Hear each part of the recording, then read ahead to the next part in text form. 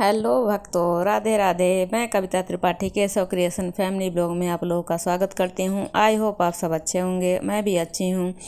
तो आज की जो वीडियो है वो इंदिरा एकादशी कब है, इंदिरा एकादशी के करने का क्या महात्म्य है, क्या फल मिलता है हमें, और हमें ये व्रत क्यों करना आवश्यक माना जाता है, क्यों करना चाहिए, और सभी एकादशियों में श्रेष्ठ एकादशी क्यों बताई गई है पितरों के लिए। और इस एकादशी को मतलब हर इंसान, हर मनुष्य को करना चाहिए, क्यों बताया गया है, क्यों करना चाहिए। और जो इस एकादशी को मतलब जो पारण जो टाइम होता है, क्योंकि एकादशी के व्रत में पारण का बहुत ही अधिक महत्व बताया गया है, इसलिए इसके व्रत के पारण का भी टाइम मैं आप लोगों को बताऊंगी। तो चलिए देर ना करते हुए शुरू करते हूँ वीडियो। तो देखिए, इंदिरा एकादशी आश्विन मास के कृष्ण पक्ष की मतलब तिथि में पड़ता है और ये मतलब श्राद्धों में पड़ता है, तो इसलिए इसका महत्व बढ़ जाता है, अधिक बढ़ जाता है। तो देखिए, इस साल की जो एकादशी है इंदिरा एकादशी, वो पड़ रही है हमारी 10 तारीख को। लेकिन जो इसकी तिथि मतलब टाइम जो है वो 9 तारीख को प्रारंभ हो जा रहा है।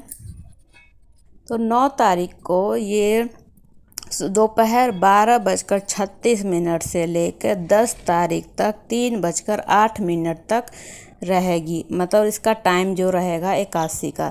लेकिन उदया तिथि के हिसाब से 10 तारीख को हमें इंदिरा एकादशी का व्रत धारण करना है। तो ये क्लियर हो गया कि 10 तारीख को हमें इंदिरा एकादशी का व्रत करना है। आइए अब जान लेते हैं इसके महत्व के बारे में और क्या है, मतलब इसकी महत्ता अधिक क्यों बढ़ जाती है। तो देखिए, मतलब ये पितर पक्ष में श्राद्धों में पड़ने के कारण इसका महत्व अधिक हो जाता है, क्योंकि देखिए एकादशी एक ऐसा व्रत है जिसके मतलब करने से आपको फल तो मिलना ही मिलना है, ये आपके व्रत करने से तय हो जाता है। तो अगर आप चाहते हैं कि आपके पितृ अगर इधर मतलब योनि में भटक रहे हैं और उनको पितृ योनि नहीं मिली है, वो मतलब भूत पिशाच कीड़े मकोड़े की योनि में मतलब किसी भी तरह से अगर कष्ट मिल रहा है उन्हें, तो आप अगर चाहते हैं कि उनको मतलब उनको गति मिले, तो आप इस व्रत को धारण कर सकते हैं। और धारण करने पर इसका जो फल प्राप्त होता है वो आप अपने पितरों को समर्पित कर सकते हैं। तो मतलब समर्पित कैसे करना है कि जैसे आप 10 तारीख को व्रत की शुरुआत करेंगे, तो जो संकल्प लेते हैं, अपना नाम लेते हैं, अपना गोत्र का नाम लेते हैं, अपनी जगह का नाम लेते हैं, तो उसके बाद आपको ये बोलना है कि मतलब मैं इंदिरा एकादशी के व्रत का संपूर्ण फल अपने पितरों को समर्पित करती हूँ।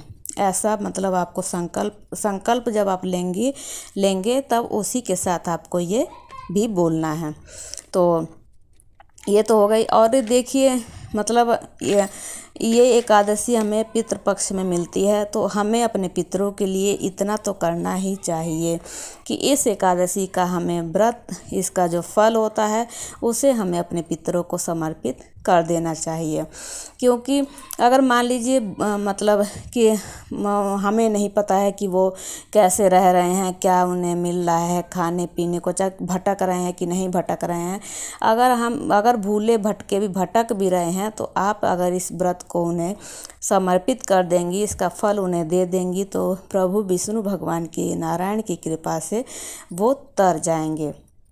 तो देखिए, मतलब इस एकादशी का व्रत का जो फल होता है वो अपने मतलब आपके पितृ किसी भी योनि में हैं, वो उनको गति मिलनी ही मिलनी है। तो ऐसा बताया गया है, माना जाता है। तो इसलिए आप इस व्रत को ज़रूर कीजिए। अगर नहीं करते हैं, मान लीजिए पहली बार व्रत करना है, तो ये व्रत मत कीजिएगा, क्योंकि इस साल मलमास लगा हुआ है और इंदिरा एकादशी के मतलब इस व्रत से हमें व्रत नहीं उठाना चाहिए, हमें व्रत बड़ी एकादशी से उठाना चाहिए। मार्गशीर्ष में जो पड़ती है उस दिन से हमें उठाना चाहिए। देवउठनी से उठा सकते हैं, लेकिन अगर पहली बार करना चाहते हैं तो मत कीजिएगा। तो देखिए, ये तो क्लियर हो गया। और उसके बाद मतलब ये भी इसका जो जैसे कई बार होता है कि हम पितरों को देना चाहते हैं।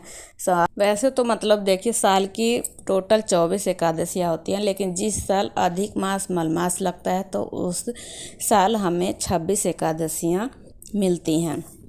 तो इस साल मलमास लगा हुआ था, इसलिए हमें इस साल 26 एकादशियाँ मिलेंगी। तो देखिए मतलब आप इस व्रत को ज़रूर कीजिएगा और इसका जो फल है उसे मतलब अपने पितरों को ज़रूर समर्पित करें। हाँ, पितरों को समर्पित करते वक्त किसी का पर्टिकुलर नाम नहीं लेना है, आपको केवल पितृ देवी देवता ये कहना है, क्योंकि आपको ये नहीं पता है कि आपके मतलब कौन सी पीढ़ी के पितृ भटक रहे हैं, चाहे उन्हें गति नहीं मिली है, तो आप केवल पितृ कहिएगा संकल्प लेते वक्त, यही मतलब नाम मत लीजिएगा।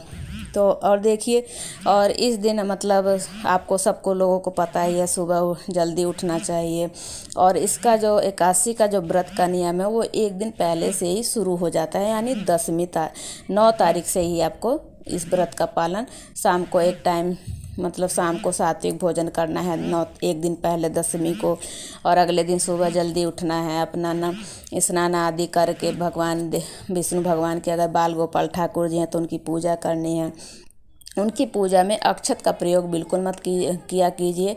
उन्हें पीला वस्त्र पहनाइए, फल सीजन के फल चढ़ाइए, भोग लगाइए, मिष्ठान के भोग लगाइए, मतलब ऐसे, और धूप दीप दिखाइए, और व्रत कथा ज़रूर सुना कीजिए। जो भी आप व्रत करते हैं, एकादशी नहीं, जो भी व्रत करते हैं उसकी कथा हमें ज़रूर सुननी चाहिए। और देखिए मैं इसका मतलब व्रत का पारण का जब टाइम बहुत अधिक महत्व करता है एकादशी व्रत के, तो इसलिए जो मैं बता देती हूँ आप लोग, व्रत का पारण का जो टाइम है वो है 11 तारीख को लेकर 6:19 से लेकर 8:39 तक रहेगा। यानी आपको व्रत जो करना है वो मंगलवार को करना है, और पारण जो है वो बुधवार को 6:19 से लेकर 8:39 तक रहेगा। तो भक्तों, ये थी मेरे द्वारा बताई गई मतलब इंदिरा एकादशी कब पड़ रही है, पारण का टाइम क्या है। अगर मेरी वीडियो आप लोगों को अच्छी लगती हो तो प्लीज़ मेरे चैनल को लाइक शेयर एंड सब्सक्राइब ज़रूर किया कीजिए। मिलती हूँ नेक्स्ट वीडियो में। राधे राधे, जय श्री राधे, जय श्री राधे राधे।